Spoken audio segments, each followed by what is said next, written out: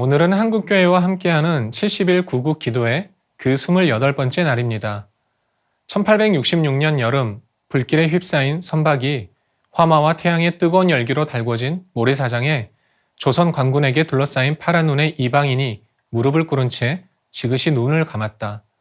조선을 가슴에 품은 27세의 젊은이는 삶의 마지막 순간에 주님을 알지 못하는 사람들을 위해 간절히 기도했다. 1866년 영국 런던 선교회 소속의 토마스 선교사는 제너럴 셔머너를 타고 조선에 입국했습니다.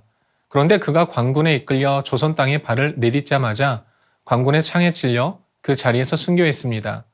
그는 순교하기 전 가슴에 품고 있던 성경책 한 권을 관군에게 내밀었습니다.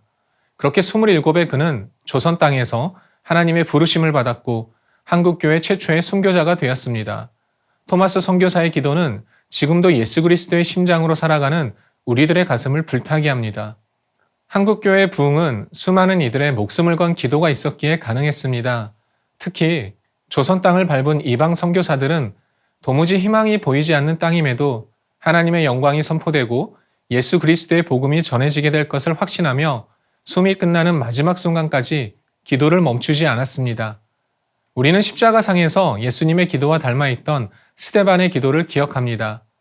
그들이 돌로 스데반을 치니 스데반이 부르짖어 이르되 주 예수여 내 영혼을 받으시옵소서 하고 무릎을 꿇고 크게 불러 이르되 주여 이 죄를 그들에게 돌리지 마옵소서 이 말을 하고 자니라. 스데반의 기도는 단순한 기도가 아니었습니다. 그의 죽음의 현장에 있었던 청년 사울의 심령에 파문을 일으켰습니다. 그리고 그 기도를 들은 이후 사울은 하나님을 만나 바울로 변화되어 이후 복음을 위한 위대한 여정을 시작했습니다. 사랑하는 한국교회 성도 여러분, 토마스 선교사의 기도와 스데반의 기도의 공통점이 무엇입니까? 사랑하시되 끝까지 사랑하시는 하나님의 마음으로 기도했다는 것입니다. 이 나라와 민족은 주님 손안에 있습니다. 그러니 주님이 일하시도록 우리는 진실되고 겸손한 그리고 전적 신뢰를 가지고 기도해야 합니다. 무엇보다 함께 기도해야 합니다. 성령께서도 우리와 함께 기도하실 것입니다. 바로 그때 이 나라와 민족의 회복이 임할 줄 믿습니다. 그렇게 끝까지 기도의 자리를 지키며 하나님의 역전의 은혜를 소망하는 거룩한 성도님 되시기를 주님의 이름으로 축복합니다.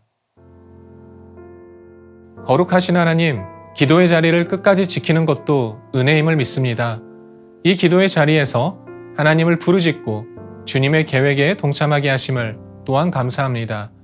이 나라와 민족을 위해 끝까지 기도하게 하시고 기도의 능력과 기도의 은혜를 통해 마음껏 주님을 찬송하게 하여 주시옵소서.